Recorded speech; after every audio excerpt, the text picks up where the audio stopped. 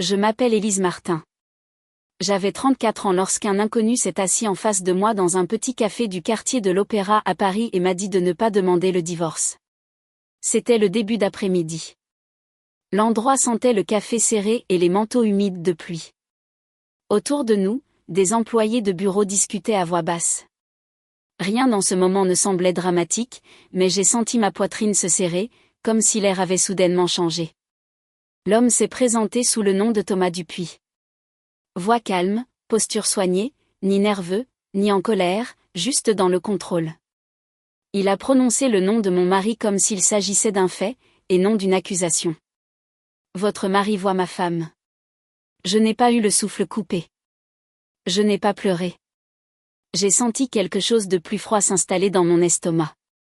La confirmation a un poids que le soupçon n'a pas. Thomas a posé une épaisse enveloppe sur la table entre nous. Il ne l'a pas encore ouverte. Il m'a regardé et a dit une phrase qui résonne encore dans ma tête. Si vous bougez la première, vous perdez. J'ai fixé l'enveloppe. Mes mains étaient stables, même si mon cœur battait la chamade. J'avais imaginé ce moment 100 fois. Je pensais que j'allais crier, faire un scandale ou m'effondrer.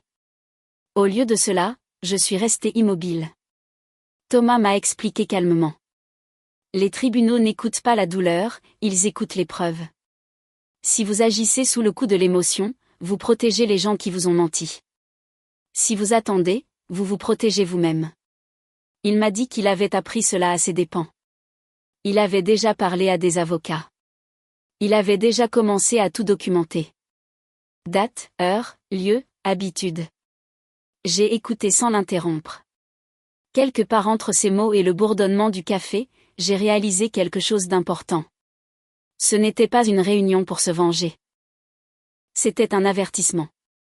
J'ai pensé à mon mari, Marc, à ses rentrées tardives. Le téléphone posé face contre table. La façon dont notre appartement haussmannien était devenu silencieux, sans la moindre dispute. Thomas a finalement fait glisser l'enveloppe plus près, mais ne l'a toujours pas ouverte. Vous n'avez pas à décider aujourd'hui, a-t-il dit. Promettez-moi juste une chose. Ne vous précipitez pas. J'ai hoché la tête une fois. Je ne le savais pas encore, mais ce moment dans ce café ordinaire était le moment où ma vie a cessé de tourner en rond pour commencer à avancer avec intention. Avant que tout ne se brise, je croyais que ma vie était simple et stable. J'étais mariée à Marc Lefebvre depuis 7 ans. Il travaillait aux opérations pour une grande entreprise de logistique à la Défense. De longues heures, mais prévisibles. Je travaillais à distance comme traductrice spécialisée. La plupart du temps, je traduisais des documents sur notre table de cuisine avec la radio fibre jouant doucement en arrière-plan. Nous n'étions pas des gens dramatiques. Nous ne postions pas de grandes déclarations sur les réseaux sociaux et ne nous surprenions pas avec des voyages improvisés. Notre mariage était construit sur des routines. Le marché le samedi matin, un traiteur le vendredi soir, un film sur le canapé où Marc s'endormait toujours avant la fin. Marc n'était pas romantique, mais il était fiable. Si quelque chose cassait, il le réparait. Si j'avais besoin d'aide, il était là. Il élevait rarement la voix. Il n'oubliait jamais de payer les factures. Ce genre de stabilité me semblait être la sécurité. Je me disais que c'était à cela que ressemblait l'amour adulte. Avec le recul, je réalise à quel point j'ai confondu le silence avec la loyauté. Marc ne parlait pas beaucoup de ses sentiments, mais je supposais que cela signifiait de la profondeur. Il ne partageait pas grand-chose sur son travail, mais je supposais que cela signifiait de la responsabilité. Il n'y avait pas de signes avant-coureurs évidents à l'époque, pas de cris, pas de distance que je pouvais nommer, juste une maison paisible et une vie prévisible. Mes parents l'appréciaient. Mes amis disaient que j'avais de la chance d'avoir un mariage calme. J'étais d'accord. Je croyais que l'absence de conflit signifiait la présence de confiance. Je ne savais pas encore qu'un foyer peut être silencieux, non pas parce qu'il est sûr, mais parce que quelqu'un a déjà commencé à partir émotionnellement. À l'époque, je pensais avoir bien choisi. Je pensais que la constance était la même chose que l'engagement. J'avais tort sur ce point. Les changements ne sont pas arrivés tous en même temps. Ils sont venus doucement, superposés à nos journées jusqu'à ce que le schéma devienne impossible à ignorer. Marc a commencé à rentrer plus tard. Au début, c'était 21h, puis 22h, puis plus près de minuit.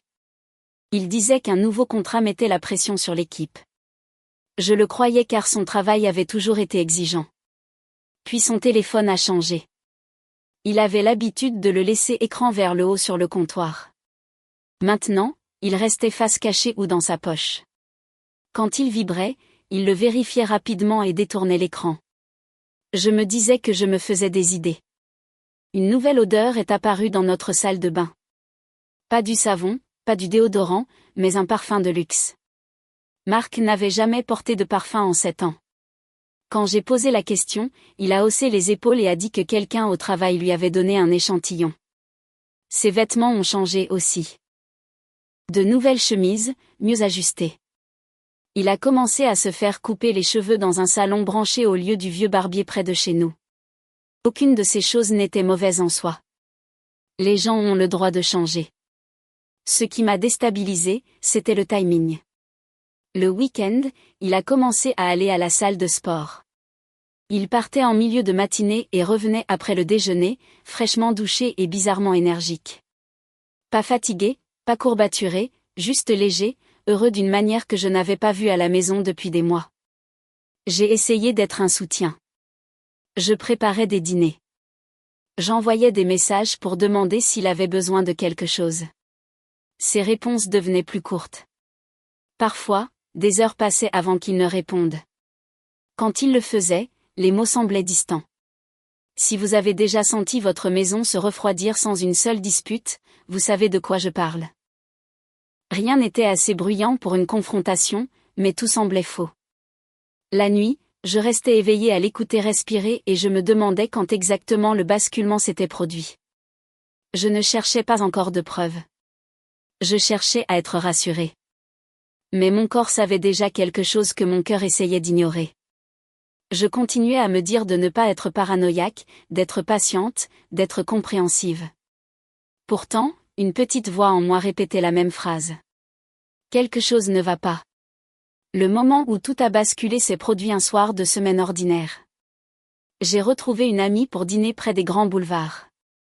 Nous étions assises près d'une vitrine donnant sur la rue. Les feux tricolores se reflétaient sur la vitre. Les gens passaient avec des parapluies et des mallettes. J'étais au milieu d'une conversation quand mes yeux ont accroché quelque chose de familier de l'autre côté de la rue. Marc. Il était assis à une petite table à l'intérieur d'une brasserie. Au début, j'ai ressenti du soulagement. Peut-être que j'avais tort. Peut-être que le travail l'avait vraiment retenu tard. Puis j'ai vu la femme en face de lui. Elle avait les cheveux foncés et portait un manteau bordeaux. Ils se penchaient l'un vers l'autre en parlant. Marc souriait, pas un sourire poli, pas le sourire fatigué qu'il ramenait à la maison. Celui-ci était ouvert et détendu, un sourire que je n'avais pas vu depuis longtemps. Ma poitrine s'est serrée. Je ne pouvais rien entendre. C'était comme si le restaurant autour de moi était devenu silencieux. Puis il a tendu la main à travers la table et a pris la sienne. Ce n'était pas dramatique. C'était décontracté, familier, le genre de contact qui ne demande pas la permission parce qu'il a déjà été répété maintes fois. Je n'ai pas bougé. Je ne me suis pas levée. Je ne me suis pas précipitée dehors. Mon corps refusait de répondre. Mon amie a remarqué mon visage et a suivi mon regard. Elle m'a saisi le bras et a chuchoté que nous devrions partir. Je l'ai laissé m'entraîner au loin. Mes jambes semblaient faibles, comme si elles ne m'appartenaient plus. Je suis rentrée seule. L'appartement semblait différent ce soir-là. Le canapé, la cuisine, les photos au mur. Tout semblait mis en scène, comme un décor auquel je n'appartenais plus. Marc est rentré après minuit. Il a parlé avec désinvolture, a demandé pourquoi j'étais encore éveillée. Sa voix était normale, trop normale. J'ai regardé son visage et j'ai réalisé quelque chose de douloureux. Une personne peut mentir calmement quand le mensonge est déjà devenu une routine. Je ne l'ai pas confronté. J'ai posé une question douce sur le travail. Il a répondu sans hésitation et est allé dans la salle de bain. Je me suis assise sur le canapé en écoutant la douche couler et j'ai pris une décision. Je ne réagirai pas. Pas encore. Parce qu'une fois que vous voyez la vérité, vous ne pouvez plus l'ignorer. Et je devais être intelligente pour la suite. Dès le lendemain matin, j'ai commencé à vivre une double vie. À l'extérieur, j'étais la même épouse. Je faisais le café. Je demandais comment s'était passée sa journée. Je disais bonne nuit. À l'intérieur, je surveillais tout. J'ai commencé petit. Je notais l'heure à laquelle Marc partait et l'heure à laquelle il rentrait. Je notais les week-ends. Je notais les excuses. Je ne le suivais pas. Je ne vérifiais pas son téléphone. J'observais seulement ce qui était déjà visible. Quand il a dit qu'il travaillait tard, je suis passée devant son bureau en voiture une fois. Sa voiture n'était pas là. Je me suis dit de ne pas paniquer. Une absence n'est pas une preuve. Quand il a dit qu'il allait à la salle de sport, j'ai demandé nonchalamment laquelle. Plus tard, j'ai vérifié son abonnement en ligne. Il s'était inscrit. Il avait badgé une seule fois. C'est là que le poids de la réalité m'a frappé. Savoir que quelqu'un ment sans pouvoir le prouver, c'est comme entendre une alarme incendie sans voir de feu. Vous ne pouvez pas vous détendre, mais vous ne pouvez pas agir non plus. Je n'ai pas dit à mes amis que j'avais honte. Je me sentais stupide de ne pas l'avoir vu plus tôt. J'avais aussi peur de prononcer les mots à voix haute sans preuve. J'ai rencontré un avocat spécialisé en divorce discrètement. Je lui ai tout dit. Il a écouté puis a dit quelque chose que je ne voulais pas entendre mais que je devais comprendre. Le soupçon n'est pas une preuve. Il a expliqué que sans preuve, l'émotion joue contre vous. Une confrontation ne fait qu'apprendre à l'autre personne à mieux se cacher. Les tribunaux ne récompensent pas la douleur. Ils exigent des faits. J'ai quitté ce cabinet en me sentant plus lourde qu'en entrant. Mais je suis aussi partie avec une règle. Ne bougez pas tant que vous ne pouvez pas prouver. Cela signifiait faire semblant, sourire, dormir à côté de quelqu'un qui était déjà parti. C'était la chose la plus solitaire que j'ai jamais faite, mais c'était nécessaire. Thomas Dupuis est apparu un mardi après-midi. Je travaillais à la maison quand on a sonné à la porte. J'ai supposé que c'était une livraison. Quand j'ai ouvert, un homme se tenait là, tenant un dossier sous le bras. La quarantaine, bien habillé, regard calme. Il a demandé si j'étais Élise Martin. Nous nous sommes assis dans un petit bistrot calme à quelques rues de là. Il n'a pas perdu de temps en banalité. Ma femme voit votre mari. L'entendre à voix haute était différent de le voir de mes propres yeux. La vérité atterrissait plus lourdement, plus définitivement. Thomas m'a dit que le nom de sa femme était Sophie Bertrand. Il a dit que la liaison avait commencé il y a des mois.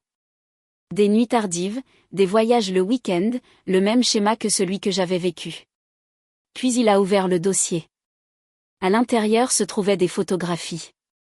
Marc et Sophie au restaurant, marchant ensemble, entrant dans un cinéma, se tenant proches dans un parking souterrain.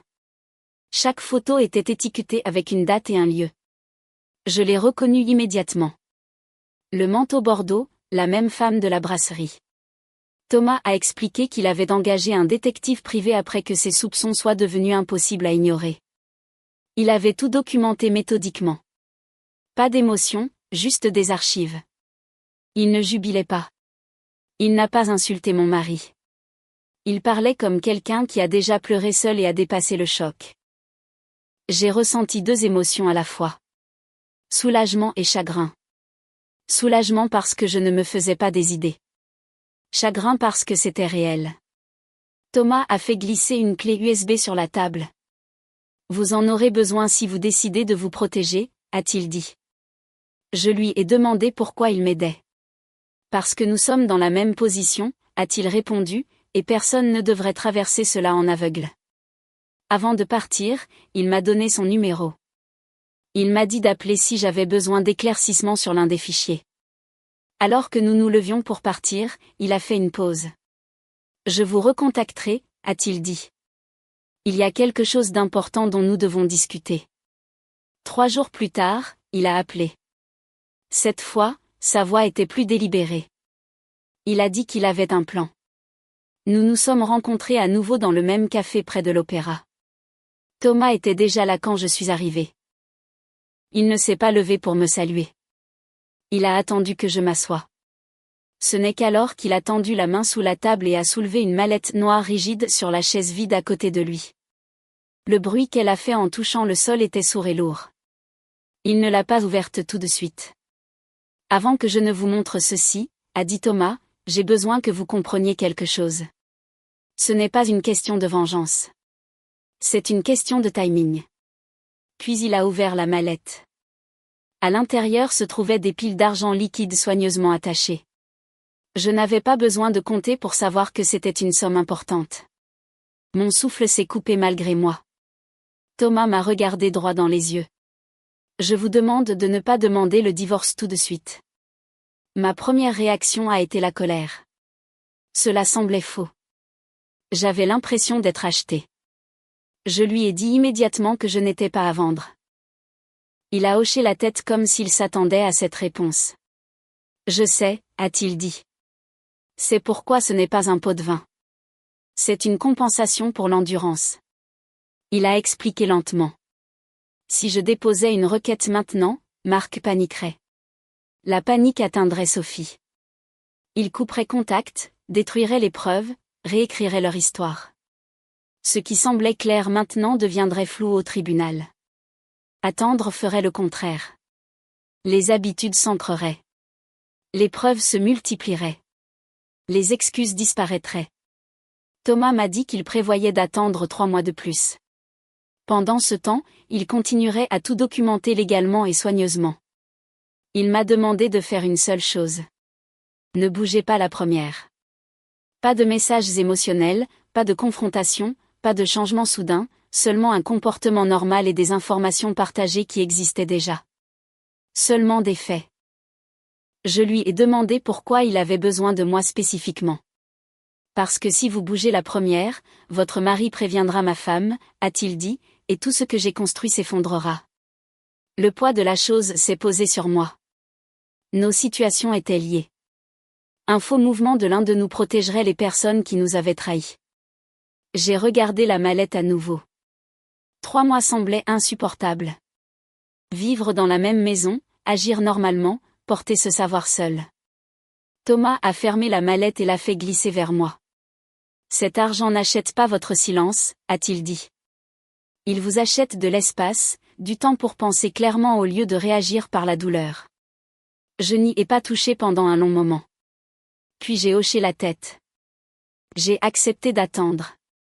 Pas pour l'argent, mais parce que je voulais finir cela de la bonne manière, avec des preuves au lieu de la rage, avec dignité au lieu du chaos. J'ai ramené la mallette chez moi ce jour-là, sentant son poids dans mes mains, pas le poids de l'argent, le poids d'une décision qui allait tout changer. Les semaines suivantes ont exigé une sorte de discipline que je ne me connaissais pas. Rien dans ma routine n'a changé. Je préparais toujours le petit déjeuner. Je posais toujours des questions neutres. Je souhaitais toujours une bonne journée à Marc. De l'extérieur, notre mariage semblait intact. À l'intérieur, je documentais. Thomas et moi avions convenu de règles strictes. Pas de messages émotionnels, pas d'opinions, seulement des faits, des dates, des heures, des lieux. Si cela ne pouvait pas être prouvé, ce n'était pas partagé. Quand Marc disait qu'il avait des réunions tardives, Thomas confirmait que Sophie quittait son bureau à la même heure. Quand Marc disait qu'il voyageait pour le travail, Thomas vérifiait discrètement les vols. Les schémas ont commencé à se chevaucher trop parfaitement pour être une coïncidence. J'ai trouvé le bail d'un appartement par hasard en cherchant une facture d'électricité. Boulogne-Billancourt, 2 chambres. Marc était le seul signataire. Le bail remontait à des semaines avant son excuse sur le stress au travail. J'ai pris des photos de chaque page et remis les documents exactement là où ils étaient. Thomas m'a dit que j'avais fait la bonne chose. Les preuves ne comptent que lorsqu'elles sont propres. Pas de scène, pas d'accusation, pas d'empreinte numérique qui pourrait être remise en question. Nous avons traité cela comme un audit. Chaque réunion était consignée. Chaque nuitée était enregistrée. Chaque emplacement partagé renforçait le dossier. Marc est devenu plus détendu à la maison. Sa garde a baissé. Il croyait avoir réussi à diviser sa vie en compartiments séparés. C'est l'erreur que font les gens quand ils mentent assez longtemps. Ils commencent à croire qu'ils ont le contrôle. Un soir, il a mentionné un court voyage d'affaires à Nice, 3 jours.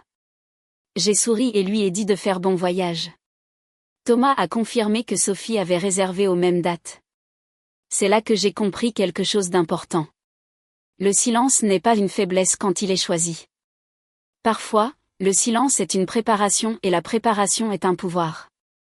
Au moment où Marc est revenu de ce voyage, je n'attendais plus de preuves. Je les organisais. Ce qui allait suivre mettrait fin à tout. Pas bruyamment, pas émotionnellement, mais complètement. Marc est revenu de Nice détendu et insouciant. Il a apporté un petit cadeau de l'aéroport et a dit que les réunions avaient été épuisantes. Je l'ai remercié et j'ai placé la boîte sur le comptoir. Mon visage n'a pas changé. À l'intérieur, je savais déjà où il avait logé et qui avait dormi à ses côtés. Thomas avait tout sécurisé.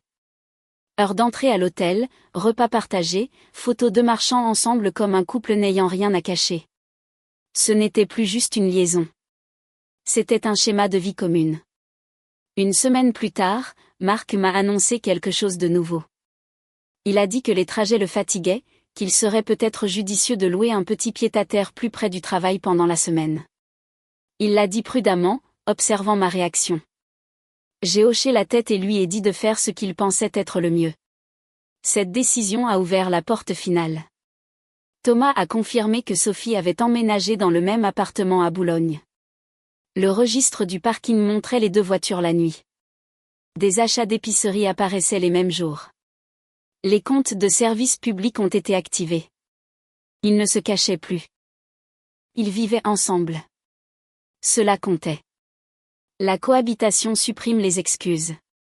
Elle supprime la confusion. Elle transforme une histoire en un fait. Nous avons choisi un lundi matin, 10 heures. Les 2 avocats prêts. Les 2 dossiers déposés à quelques minutes d'intervalle. Pas d'avertissement, pas de confrontation. Le mercredi, les papiers ont été signifiés par huissier de justice. Marc m'a appelé en panique, demandant où j'étais. Il s'est précipité à la maison tenant les documents tamponnés avec des mains tremblantes. Sa voix était forte, mais ses yeux étaient vides. Je lui ai dit calmement que je savais tout, que j'avais des photos, des dates, des registres, la preuve de l'appartement, la preuve du voyage, la preuve de la vie qu'il avait construite tout en prétendant que la nôtre était intacte. Il a essayé de parler, mais rien n'est sorti. Quand je lui ai dit que le mari de Sophie avait déposé sa demande le même jour, son visage s'est effondré. Cette nuit-là, la maison était silencieuse. Pas le calme de l'évitement, le calme de l'exposition. Pour la première fois depuis des mois, la vérité n'avait nulle part où se cacher. Et j'ai enfin dormi. Les semaines qui ont suivi ont été calmes et procédurales. Marc a essayé de négocier. Son avocat a proposé des chiffres qui semblaient raisonnables en surface, mais ignoraient la responsabilité. Thomas m'a dit que Sophie faisait la même chose. Ils voulaient tous 2 que l'histoire se termine rapidement et sans bruit. Nous avons refusé. Quand les gens sont pris, ils veulent souvent le pardon sans la responsabilité. Le tribunal ne fonctionne pas ainsi. Les audiences n'étaient pas dramatiques. Il n'y a pas eu de discours, pas de cris, juste des documents examinés un par un. Photos, chronologie, dossier financier, contrat de bail, registre d'entrée, les preuves n'élèvent pas la voix. Elles existent, tout simplement. Quand des excuses étaient offertes, elles s'effondraient sous les horodatage. Quand le blâme était rejeté, il contredisait les documents signés. Le juge n'a pas commenté les émotions. Il a commenté les faits. Le jugement est tombé des semaines plus tard. Le mariage a été dissous avec la responsabilité clairement assignée. Le partage des biens reflétait cette responsabilité. Des dommages et intérêts ont été accordés, non comme punition, mais comme reconnaissance du préjudice. Marc a déménagé peu après. Il a fait ses cartons calmement. Il s'est excusé une fois. J'ai accepté les excuses sans rouvrir le passé. Tourner la page ne nécessite pas de réconciliation. Thomas a obtenu un résultat similaire. Nous nous sommes parlé brièvement une fois que tout a été finalisé. Il n'y a pas eu de célébration, seulement du soulagement. Ce qui m'a le plus surprise, c'est à quel point ma maison semblait légère une fois que la vérité l'avait traversée. J'ai repeint les murs, ouvert les fenêtres, récupéré la table de cuisine où je travaillais et m'inquiétais en même temps. J'ai recommencé à faire mes nuits. Avec le recul, il y a des choses que j'aurais aimé qu'on me dise plus tôt. Faites confiance aux habitudes plus qu'aux mots. Ne confrontez pas quand vous êtes confus. Confrontez quand vous êtes prêt. Protégez vos finances, vos documents et votre système de soutien discrètement et tôt. Le silence n'est pas une faiblesse quand il est intentionnel. Attendre ne signifie pas accepter. Cela signifie choisir le moment qui vous protège. Cette histoire n'est pas une histoire de vengeance. C'est une histoire de respect de soi soutenue par des preuves. Je n'ai pas gagné parce que j'ai attendu. J'ai gagné parce que j'ai attendu avec un but.